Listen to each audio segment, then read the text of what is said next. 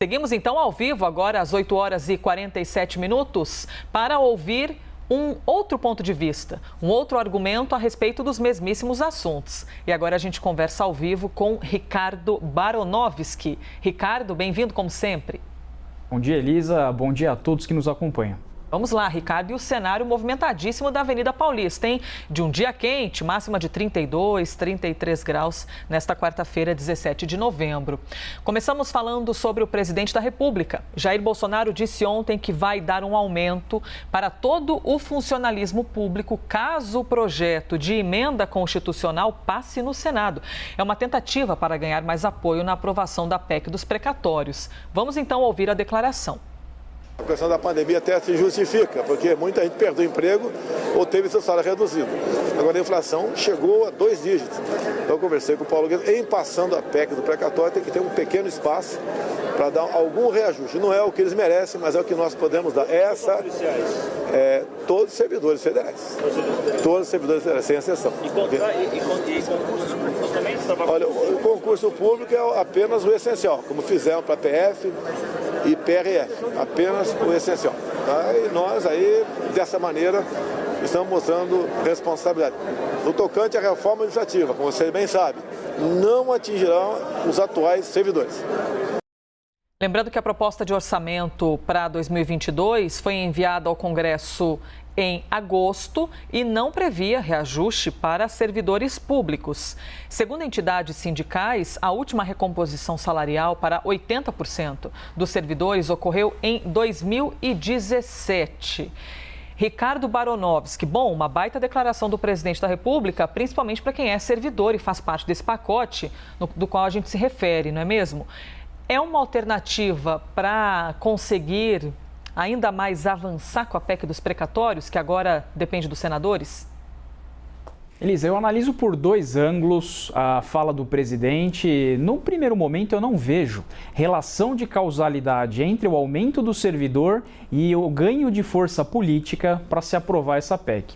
Hoje, a parcela de servidores públicos federais representa cerca de 5% do funcionalismo público, é quase que inexpressivo, não tem uma bancada representativa, posso dizer que é sim uma minoria, porque não tem grande representatividade hoje nesse parlamento. Então, não vejo nexo de causalidade entre a concessão de um aumento e ganho de prestígio, de força política para aprovar essa PEC. Na verdade, é um anúncio que vai ao encontro da valorização do serviço público e essa é a minha segunda análise. Não dá para demonizar o serviço público. Hoje, a grande maioria dos servidores públicos são municipais. A quase totalidade dos servidores são servidores de base. A média de um salário de um servidor público no país é entre 2 e 3 salários mínimos. Não existe mais, e a boa parte da população ainda tem aquela crença dos marajás. Trabalha-se pouco, ganha-se muito, só que 90% dos servidores públicos do país são compostos de enfermeiros, médicos, policiais civis, policiais militares, postos de saúde. Olha só o que passamos pela pandemia, quantas fotos, agradecimentos para o atendente do posto de saúde. É um servidor público. E eu aprofundo o tema um pouco mais ainda, Elisa, pegando o final da fala do presidente da República sobre a reforma administrativa. A quem interessa retirar a estabilidade do servidor? A estabilidade não é um direito do servidor, da pessoa. A estabilidade é um direito da sociedade para que aquele servidor haja com independência, isenção, com segurança jurídica, de modo que ele combata a corrupção, desmandos, desvios de dinheiro. Trago aqui um caso à baila. Um colega se tornou procurador municipal de uma cidade no interior de São Paulo e se viu um dia numa sala fechada com o prefeito exigindo que ele assinasse o parecer vinculante de uma licitação superfaturada, milhões de reais. Ele não assinou. Tomou vários processos administrativos e apenas não saiu do serviço público porque tinha estabilidade. Será mesmo que esse procurador municipal teria resistido às pressões políticas, econômicas, se não fosse a sua estabilidade? Então trago aqui a reflexão, muito se demoniza o servidor público e termino com duas conclusões sobre este momento. O problema não são os servidores concursados, o problema são os cargos em comissão, os apadrinhamentos políticos. Se essa reforma administrativa passar, mesmo que atinja só os novos servidores, em vez de termos esse servidor isento, imparcial, técnico, concursado, teremos um cargo político. E eu coloco quem eu quiser naquele lugar. Tiro o lugar do lugar público e coloco uma empresa em seu lugar. Ora, sim, tem servidores que atuam de maneira inefetiva, mas a própria Constituição traz a saída para isso. Ela comina no seu artigo 41 um sistema de avaliação, mas até hoje essa lei não foi instituída. Será mesmo que eu preciso alterar a Constituição Federal para regulamentar o serviço público, para minorar a atuação do servidor público? E para matar os carrapatos, eu estou matando o próprio boi. Então fica essa reflexão, o reajuste parece-me necessário, o salário já vem congelado, não é aumento, é reajuste que sequer chega na inflação, para realmente recompor, valorizar o serviço público que a população merece. 8 horas e 53 minutos, Ricardo Baronovski, seguimos aqui ao vivo por meio da televisão, do YouTube, da CNN Rádio, você que nos ouve aí pelo rádio também, dentro dos carros, dos veículos ou até mesmo na sua casa, sempre ótimo ter a sua companhia. O próximo assunto que eu lhes trago é sobre o presidente do Banco Central, Roberto Campos Neto, e o ministro do Desenvolvimento Regional, Rogério Marinho. Eles estão em Lisboa participando do Fórum Jurídico e chamaram a atenção porque em seus discursos, as palavras, os discursos foram divergentes. Campos Neto defendeu o controle de gastos. Já o ministro Rogério Marinho disse que a visão do país não pode ser apenas fiscal. Vamos ver então um trecho de cada uma das entrevistas. Eu acho que ter algum nível de equilíbrio nos gastos seria muito importante, acenar com algum corte de gasto, alguma coisa nesse sentido. Eu entendo a dificuldade e entendo que o mundo político gera suas limitações nesse sentido e entendo que foi feito um trabalho, né, nesse sentido, mas o fato é o seguinte, o que a gente tem que olhar para frente é o que vai realmente equilibrar a percepção no futuro, independente do que está acontecendo no curto prazo, é se o Brasil tem capacidade de ter um crescimento estrutural mais alto. Nós somos um país complexo, nós somos um país onde há muitos desafios a serem vencidos ainda. E aí a nossa visão necessariamente não pode ser uma visão meramente fiscal, meramente monetária. Nós temos que ter a sensibilidade social como este governo teve. Mas eu lhes asseguro que nós estamos extremamente convencidos de que o caminho é esse. Discursos antagônicos, então, que chamaram a atenção dos investidores lá fora. E o que eu lhe pergunto, Ricardo, é o que esse tipo de posicionamento pode resultar para o Brasil? Preliminarmente, Elisa, deixa eu só exaltar aqui a nossa audiência, até o Josefá faz um comentário muito interessante, professores estaduais, né, que trabalharam dobrado nessa pandemia com seus recursos e levando atividades para casa. Então também nosso prestígio, aí, os professores públicos, concursados, estaduais, municipais, professores de universidades, que são responsáveis aí pelas novas gerações. Também fica aqui o nosso prestígio. Em relação a esse tema, Elisa, é um conflito entre a ordem econômica e a ordem social. São dois valores constitucionais, título 7º e título 8º da Constituição. Isso ocorre cotidianamente.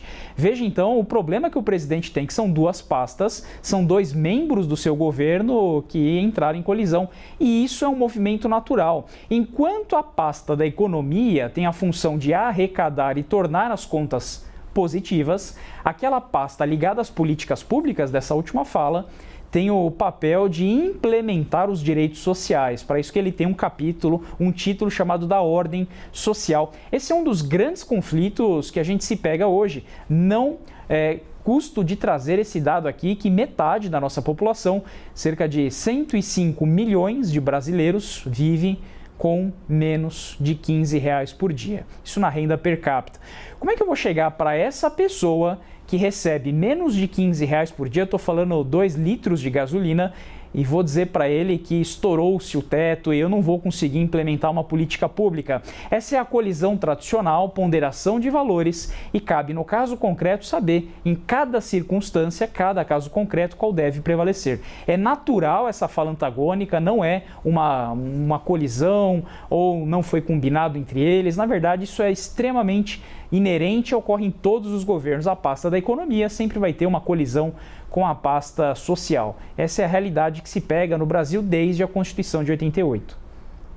Mais um assunto que eu lhe trago ainda nesta edição do Liberdade de Opinião, Ricardo, é sobre a divulgação por meio do Ministério da Saúde da aplicação da terceira dose da vacina. O Ministério anunciou a antecipação da terceira dose para todo mundo que tem mais de 18 anos. O reforço poderá ser aplicado 5 meses após a segunda dose. Tem diferença de regra. Caso você tenha tomado a vacina da Janssen, é bom consultar essa informação, viu? Mas onde é que a gente quer chegar? Esse anúncio do Ministério da Saúde veio sem consultar o nosso órgão sanitário regulador, a Anvisa. Vamos ver então a declaração do ministro. Graças às informações que temos, advinda dos estudos científicos, principalmente estudos de efetividade realizados em parceria com a Fundação Oswaldo Cruz e de um estudo que encomendamos em parceria com a Universidade de Oxford para avaliar a aplicação da terceira dose, que já temos dados preliminares, nós decidimos ampliar essa dose adicional, doses de reforço, para todos aqueles acima de 18 anos que tenham tomado essa segunda dose há mais de 5 meses. Aplicação, então, da dose de reforço. Depois de 5 meses, para quem tomou a da Janssen, precisa voltar depois de 2 meses para tomar a segunda dose. E a partir do dia da aplicação da segunda dose, você conta mais 5 meses para tomar a terceira dose. São essas regrinhas. Ricardo, bom, primeiro uma decisão sem a participação da Anvisa, que é o órgão regulador responsável, por exemplo, pelas aprovações de vacinas no Brasil.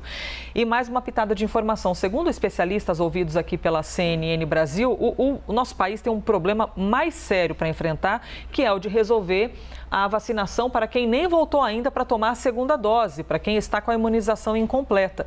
E a estimativa mais recente do próprio Ministério da Saúde é de que 21 milhões de brasileiros simplesmente não completaram o ciclo vacinal. Como você avalia esse cenário então, Ricardo?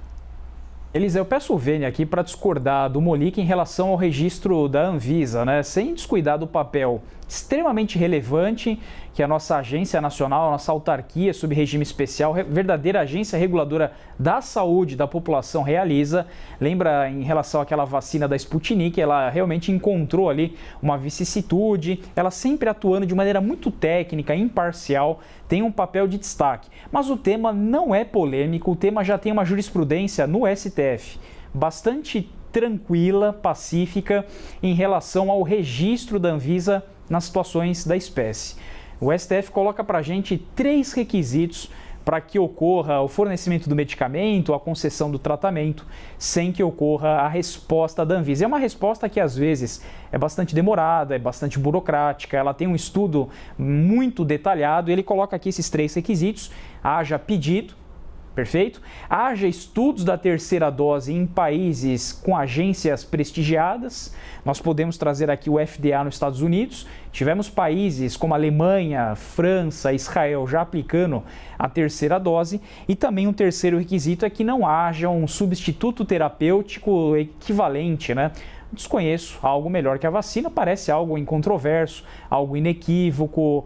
Estamos conscientizados em relação a isso. Mas o problema, Elisa, que se coloca aqui, a crítica que se faz dessa divergência, se deve se adotar a terceira dose ou não é muito científica. Existem estudos antagônicos, obviamente, como tudo na medicina, né? Sempre terão 2 visões de mundo, mas o problema também é social e político. Por que a OMS não recomenda a terceira dose? Muitos países desenvolvidos que estão aplicando a terceira dose estão esquecendo dos países que sequer aplicaram a primeira dose. Não sou da área médica, mas traz aquela reflexão do antibiótico. Isso era muito comum, né? O sujeito começava a se sentir um pouco melhor, falava: estou bom, vou parar aí de tomar, não dou sequência ao tratamento. aquela bactéria, aquela infecção, ela ganhava força. Veja, não sou da área, mas isso é um fato muito comentado popularmente. Ela ganhava força e se tornava algo muito mais forte do que de outrora, surpreendendo, e aquele antibiótico já não era mais eficaz. Então tem todas essas variantes, essas vicissitudes, e como equilibrar então a solidariedade mundial. O país que não recebeu a primeira dose com o país que está agora aplicando a terceira dose, exemplo de Alemanha, França, Israel. Vejo com bons olhos, né? Veja essa petição de princípios então. Inicialmente a briga era não conceder a vacina ou conceder a vacina intempestiva. Demorou para começar a aplicar. Hoje a briga é vamos aplicar logo a terceira dose. Então veja a evolução, veja a instrução e vejo com muito bons olhos essa postura do governo federal. 9h02, quase virando 9h03. Ricardo Baronovski, obrigada por mais um dia. Excelente semana a todos.